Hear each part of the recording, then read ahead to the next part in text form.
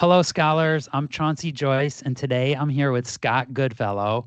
Scott Goodfellow has over 33 years at Procter & Gamble. He currently works for P&G licensing, but he has roles all over the company, and he has a tremendous experience. Scott graduated from Cornell University. I haven't heard of that school, with a BS in computer science engineering, and Xavier University with a master's degree in business administration, specializing in derivatives. Scott, you ready to get started? Absolutely, Chauncey. So how do you describe your role to someone you just met? My current role is all about bringing great brands to consumers in ways that P&G normally wouldn't. So what does that mean? Um, I'm in trademark out licensing. So P&G has a number of trademarks you've probably heard of before, things like Pampers, Tide, Charmin, Bounty. And there's a lot of products that P&G makes. And then there's a lot of products that P&G would like to have consumers touch with our brand names. But because it's not the core of our manufacturing or sales skills, or it's in adjacency in retail that we just don't normally sell into, uh, we don't make those things. So I'll give you an example. Toilet seats, Mr. Clean, antimicrobial toilet seats made by a company called Bemis. Um, we have no competency, Procter & Gamble, in making toilet seats, but Bemis does. They're excellent at it. They're fantastic at it, and we're glad to have them as a partner. We license the Mr. Clean trademark, which talks about the cleanliness, sanitization, familiarity, et cetera, to Bemis, and they take that to market with products that we wouldn't consider in our core. So I expand the realm of P&G products through what's called strategic brand extension. I strategically extend my brands, our brands, P&G's brands, into areas that P&G normally wouldn't go to via interesting commercial relationships. Great, thanks, Scott. And it's easier to say if the soap part. See, I said if you can say if the soap sinks, then people get that. Yeah. My job's a little more complex than that. Okay. So, Scott, what's most exciting about the corporate finance industry to you?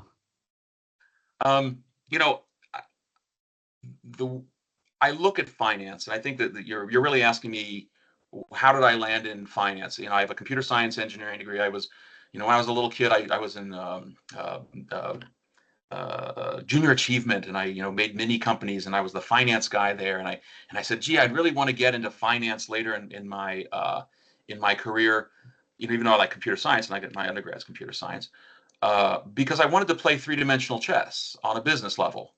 When you're a finance manager, when you're doing that, that C-suite level thinking of finance, you're utilizing the assets of your company, the brand folks, the sales folks, the marketing folks, the consumer knowledge folks, as pieces. You have to craft them together and say, we're going to spend more on advertising. We're going to allow us to cost save here, or maybe invest better to make a more efficacious product. And that all comes back together to the financials behind that brand. If you can't just invest everywhere, you'll go broke. Maybe if you're a startup today, and you're getting investment money, you can get that for a while. But when you're a 170-year-old company, you can't do that. You have to be balanced, and you have to be exceptionally strategic. So finance, managerial finance, allows people like me to guide our business units, to guide our individual functions, sales, marketing, et cetera, on the right ways to spend money, the right place to put focus, to win versus your competition. It's three-dimensional chess, and I get to do it every day, and that's fun. Great. So, Scott, consumer products. What's fun about consumer products? It's always been a challenge. Chauncey, I was on the recruiting team. We met at a career fair. Selling consumer products and selling Cincinnati, Ohio, has always been a little bit of a challenge. People go, "Ooh, I want to be an investment banker in New York." Hey, I got it. Hey, I want to be, a startup guy in San Francisco. Okay, I got it. But those are small groups of people, and they have very different realities, from where most people go in their careers. And consumer products is really unique because we touch everyone's lives every day. In fact, that's something that P&G, talks about, touching, lives of billions and billions and billions of consumers every day. And we're trying to delight our consumers. So I think about the experience I have on a day. I put on my shirt, it's clean, it smells great, Tide, Gain. I go to the bathroom, Charmin. We'll move on from that. I may have children. My son is 20 now, but when he was a baby, we used Pampers because I knew that was a great product for him and would allow him to be comfortable and me not to have more cleanup.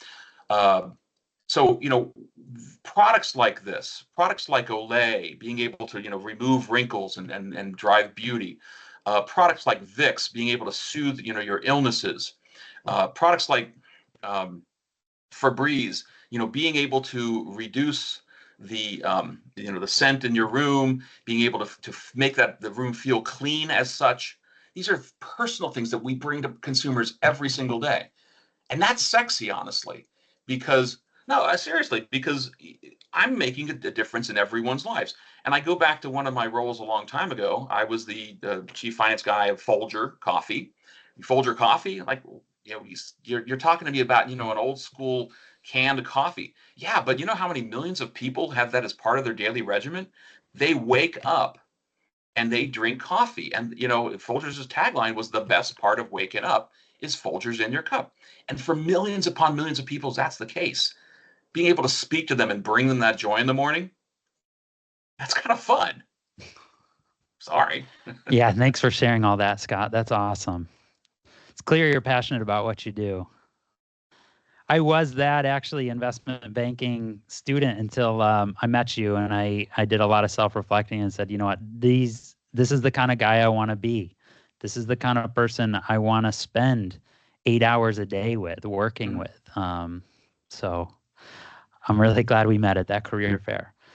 So, Scott, what challenges did you face when getting into your career?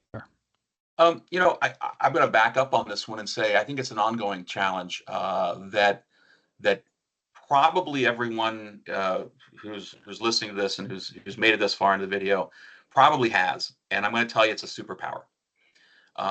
Everyone has concerns and worries about, are you good enough? Some people call it imposter syndrome. Some people just call it, worries about, being the smartest person in the room.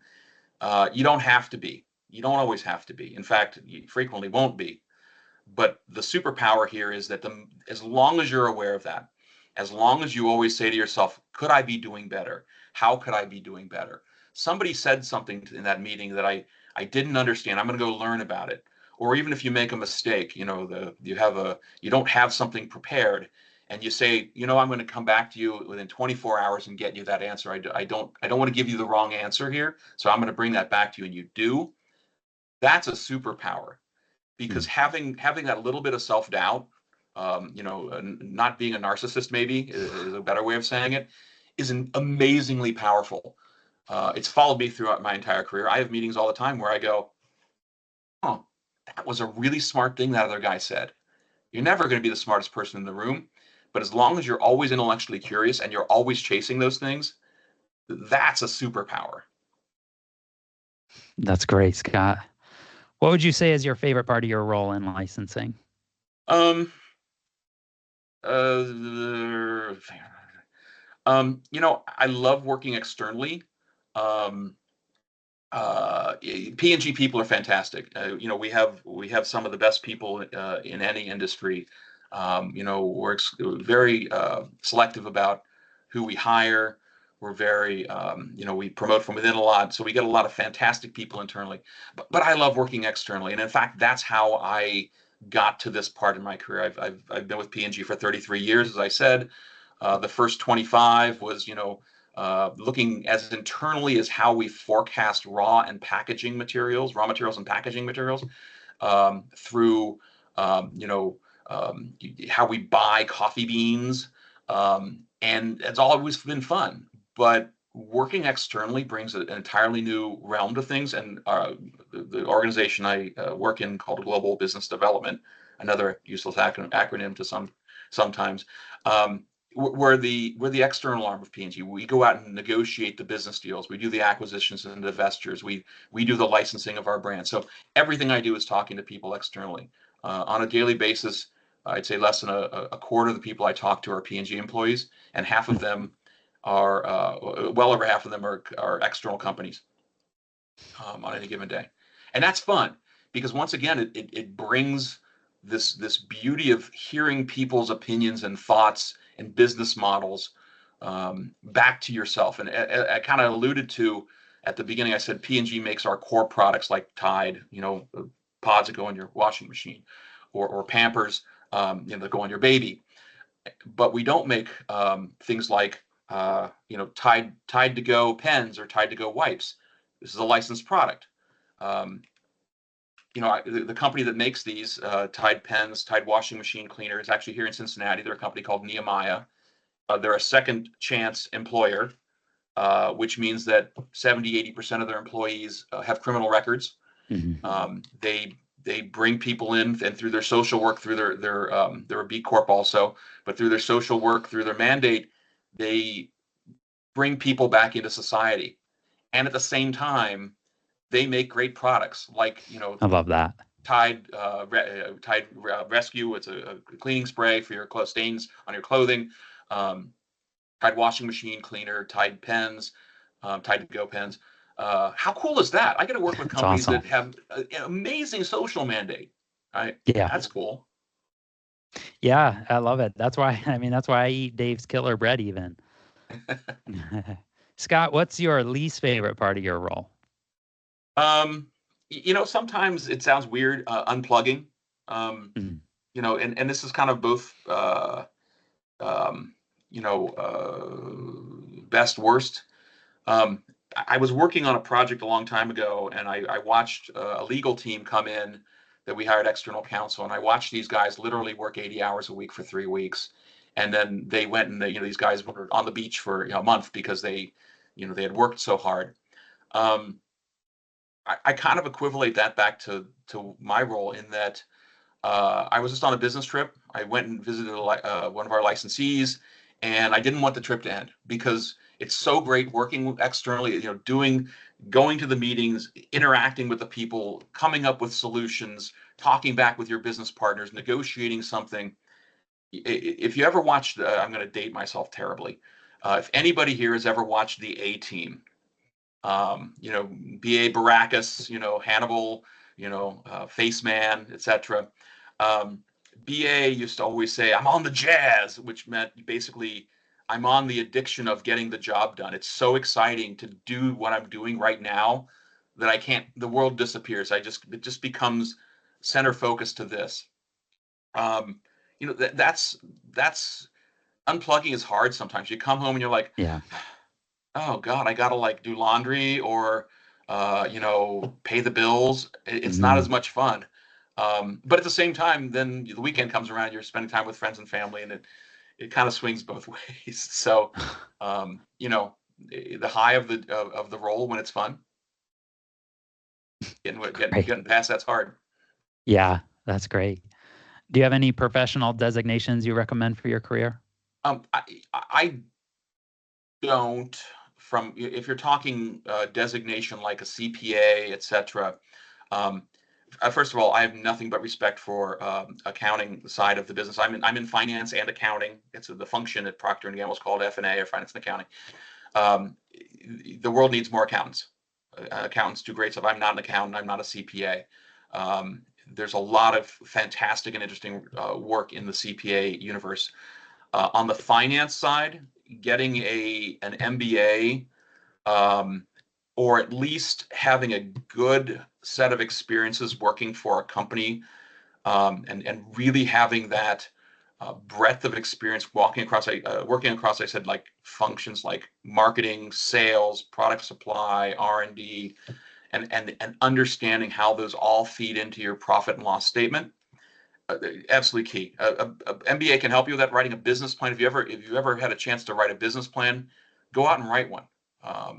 Make one up. Did I ever tell you I wrote? This is actually before my MBA. It was really early in my career. I was in sales IT, and I saw an No. opportunity. It was when Lunchables came out, and Procter and Gamble made Sunny Delight, so a little bottle of Sunny Delight. Yep. We had Pringles, so we had little cups of Pringles. We had Jif, peanut butter. Yep. And we were good friends with Smuckers, who then bought a lot of. They'd already bought some of our businesses, and I said, I actually wrote a business plan and sent it to the president of North America Sales to do Jiffables, a total knockoff, absolutely total knockoff of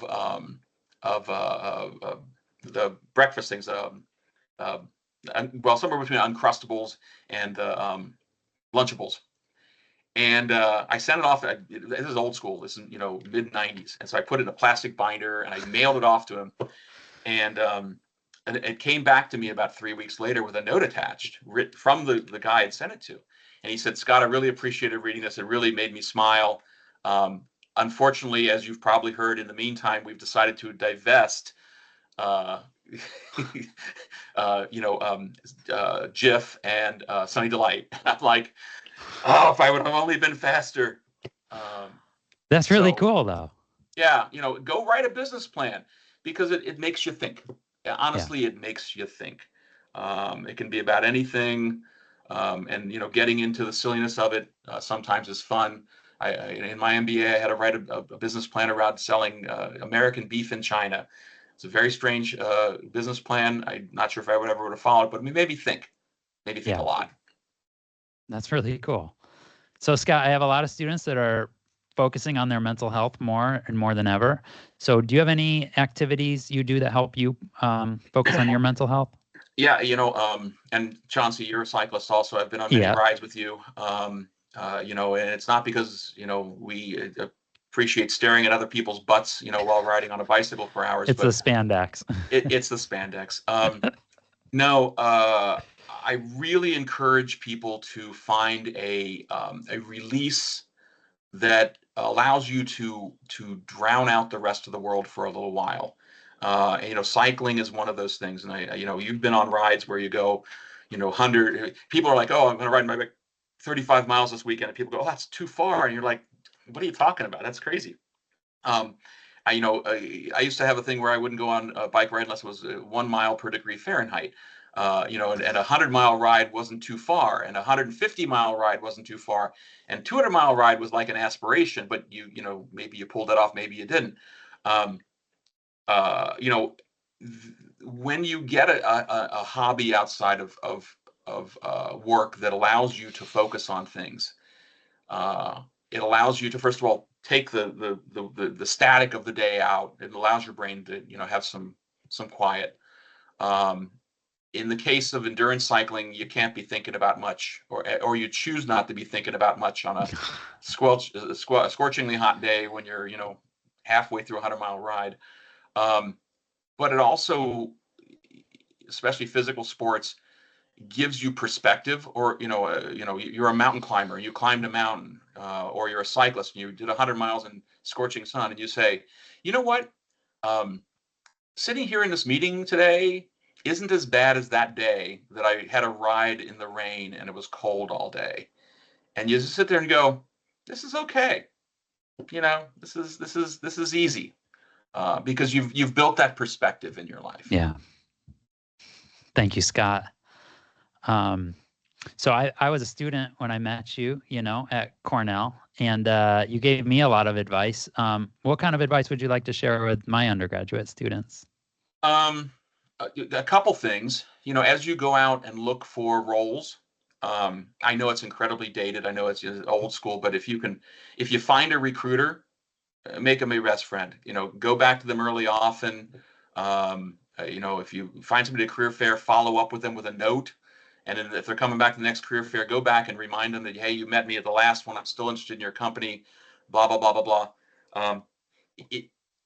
Coming off of that, if you have an opportunity for someone to mentor you, a recruiter at a career fair, a boss, a teacher, and I highly recommend go ask them for advice. Go ask them, how do I improve myself? Because if they care at all, they're going to give it to you. They're going to give it to you because it's human nature to want to share your own experiences, because that gives you the dopamine hit because you feel smart. Mhm. The second dopamine hit that benefits you is when you go back to them and you followed their advice. You say, hey, you told me at the last career fair that I should take these 2 classes, or having some more depth in critical thinking or essay writing, or derivatives, which I loved, and I love doing derivatives. Or it's a sick, everybody has a fallacy. I got that one. But when you go back to that person and say, hey, I followed your advice and it was great, and I learned this. Well, not only did you learn something that probably will help you, they didn't give you advice for no reason, but you give them a second dopamine hit, because all of a sudden they're like, wow, that kid followed my advice. And, that's the person I want to do business with. So when they see your resume coming back through, they go, hey, he came to my career fair 2-3 times. He took my advice. I'm going to put him in that interview pile. And that works the same way in your career. Chauncey, I think I told you this somewhere along the lines in your career. Every time you go and you look to do a different role, I'm speaking more from inside of, like, P&G, or inside of your company. Mhm. You go to Yeah. your boss and say, hey, you know what, in 3 to 5 years, I want to be negotiating, business deals with external business partners. How do I get there? Yeah. Well, they're going to tell you. Um, and you're being very explicit with them on what you want to do. So when you take that next role, it really should be something that leads you to that. Don't be the boat that's rudderless and just getting random experiences. You can probably cobble something together, but if you're intentional, then you have that experience. You have those things, just like taking requirements in college. Um, but you're also getting involvement of people. For this role, the one I'm in now, 10 years ago, 7 years, 10, yeah, somewhere, I don't know, somewhere in there. Um, I knew I wanted to get in this organization, so I started talking to people in the organization, and I went, and at one point I even called up the senior vice president of the organization and said, hey, I want to get in your organization. Can I have lunch with you? And I did. And, he gave me his advice. I followed it.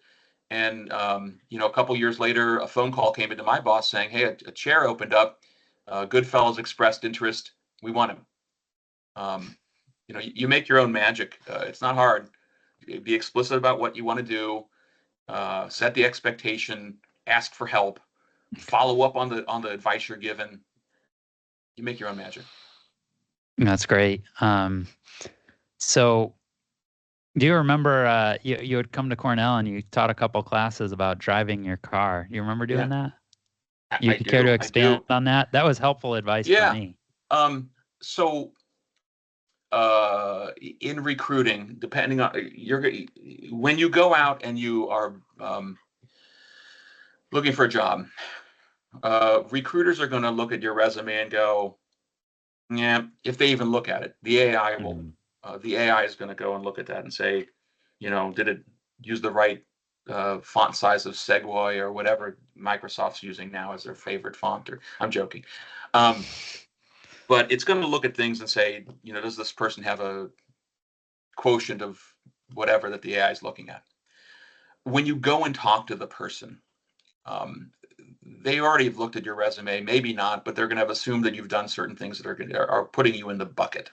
Mhm. And they're going to ask you a question like, hey, tell me a time when you were a leader, or hey, I see you were a leader on this project. Tell me about it. It's easy to go and just, flagellate everywhere, but it's even easier to follow a recipe. And the recipe I think I shared with you was car, driving your car.